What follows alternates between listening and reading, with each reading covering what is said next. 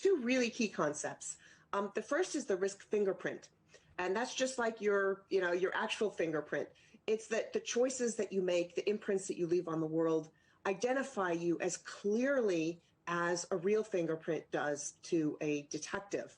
And so that's the choices that you make about the chances, how you see risk, and the influences on that, whether it's your innate personality, the people around you, your experiences, your upbringing, your habits, the people in the room. And by talking about these risk fingerprints, we can do a much better job of understanding why we're making the decisions we are and why the people around us are making the decisions that they are.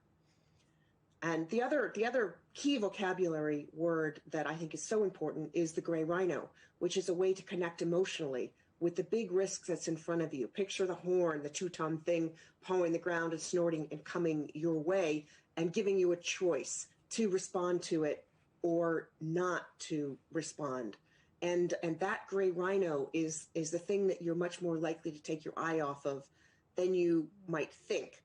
And so by focusing on what might seem to be obvious, you're actually way ahead of everybody else. How would you categorize the pandemic? Was it a gray rhino, an obvious thing, or was it a black swan, the thing that was so unpredictable that you couldn't even imagine it? And it was definitely not a black swan. We've had so many warnings, whether it's from think tanks, from government agencies, from public health officials, Bill Gates's 2015 TED Talk. And so it was very clear that a pandemic was a gray rhino coming at us. We didn't know exactly when, we didn't know exactly where, we didn't know exactly the parameters, but we knew it was going to happen. And there's still a pandemic gray rhino in front of us. In fact, there have been some warnings that you think COVID was bad, is bad, just wait for the next one. So there's really another pandemic in front of us that we shouldn't forget. Well, on that upbeat note, what are the big global risks that you think get ignored? There are three interrelated things, global things that worry me a lot, and they're all related to the pandemic. First is climate change. A lot of people say it's coming, it's slow coming, we don't need to worry about it. But you look at the numbers, you look at the wildfires, you look at the extreme storms, you're looking at rising water levels, and this is not something that's happening in the future. It's happening now, and it's happening faster and faster.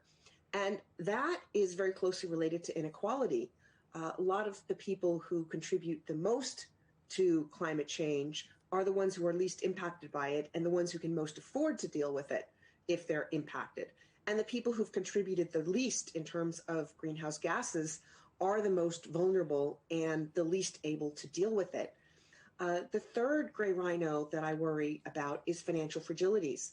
In the global economic response to the pandemic, we've seen tons of money printing, lots and lots of spending, and lots of money pumped into financial markets. So we have crazy, historically high valuations of stocks.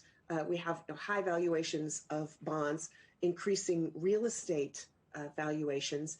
And these are all very, very dangerous because they're all based on this money printing. And the second that central banks step off the brakes, that's not going to end well. And it's also making it harder for people who can't afford that first home, for people who don't have money in the financial markets. They're falling farther and farther behind. We're also seeing money being sucked out of the real economy into this paper casino economy of financial markets. And that's actually slowing some of the investment in the economy and the support to the real economy that companies are going to need going forward. So we're at a very, very dangerous point here. If we're talking about future-proofing business and the global economy, what do you think could encourage policymakers to pay more attention to known but poorly managed risks? So we're seeing the talk. We're increasingly seeing money moving into environmental, social, and governance-focused investments. We're seeing something of a decline in fossil fuel investments, although not nearly enough yet. And I think it's really show me the money, that as investors recognize more of the risk of climate change, they're going to start changing where they put their money, and that's going to bring other investors along.